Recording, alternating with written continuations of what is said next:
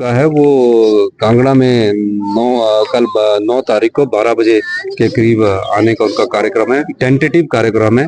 अगर मौसम साफ रहता है तो निश्चित तौर पर जब पीएम साहब आएंगे तो हम उन्हें अपनी पूरी प्रेजेंटेशन देंगे और बताएंगे कि 2023 की आपदा के बाद 2025 में हमको पीडीएन मिला और 10,000 करोड़ का आंकलन तो केंद्र सरकार ने खुद किया था और पीडीएन 2 साल बाद मिला।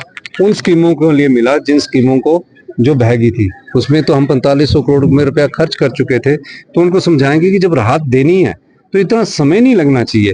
अगर 2 साल समय लगेगा, 3 साल समय लगेगा तो उस पैसे की कीमत भी कम होगी। और जो केंद्र सरकार अपना आंकलन करती है, चलो हिमाचल प्रदेश सरकार के अलावा तो केंद्र सरकार खुद आंकलन करती है, उस आंकलन के आधार पर आप 20% दे रहे हो। उसमें भी हमारे को कहा कि 25% अगर हिमाचल प्रदेश सरकार अपना शेयर देगी 500 करोड़ तो आपको हम वो पूरा देंगे। और अभी इसकी पीडीएन ने की 2000 करोड़ में से 500 करोड़ हमने देना, अभी 400 करोड़ की एक किस्त आई और कहा कि जो पिछली बार के नुकसान की स्कीम में है उसमें दिया जाए। तो ये सब चीजें देखनी पड़ती है।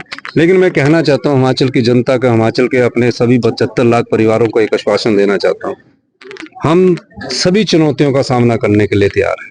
हमारे में इच्छा शक्ति है, ईमानदारी और पारदर्शिता से हम काम करेंगे। निश्चित रूप से हिमाचल प्रदेश आर्थिक तंगी से है, लेकिन मैं बार बार कहता हूं कि हम नियमों में परिवर्तन करके, कानूनों में परिवर्तन करके आगे बढ़ रहे हैं। इसमें हमारे जो प्रदेश के पूर्व अध्यक्ष थे कुलदीप सिंह राठौर जी ने प्रेस कॉन्फ्रेंस करके भी कहा था। तो जब कुलदीप सिंह राठौर जी ने कहा तो मैंने सीआईडी को हुक्म दिया।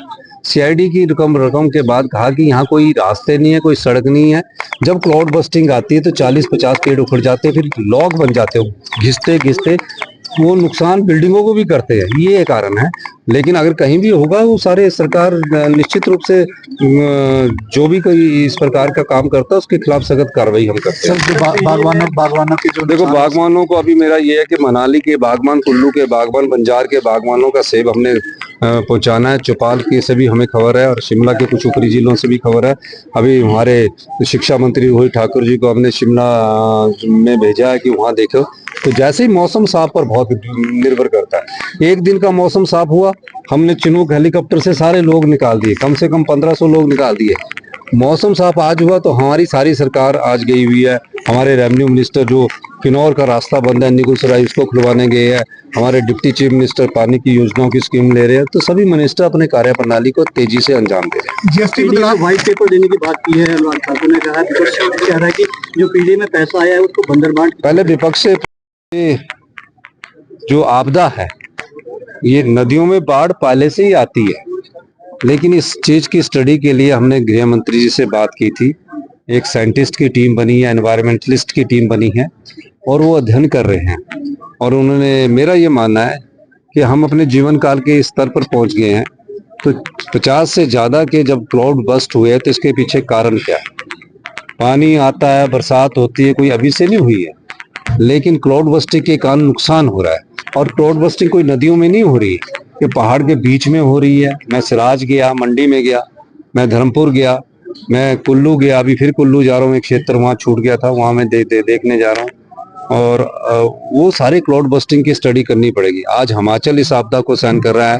मैं ये भी कहना चाहूँगा कि क्लाइमेट चेंज का आने वाले समय में और प्रदेशों पर भी बहुत बड़ा असर पड़ेगा। जो हमने अनुभव किया है, जो हमने 2 साल आपदा सहन करके हमने देखा है कि किस प्रकार 50-50 पेड़ उखाड़ दिए जाते हैं क्लाउड बस्टिंग से। बड़े बड़े पत्थर, एक मकान के बराबर के पत्थर आ जाते हैं। इन सब स्थितियों को हमने देखा है और अब हमारी पूरी सरकार ने पाया है।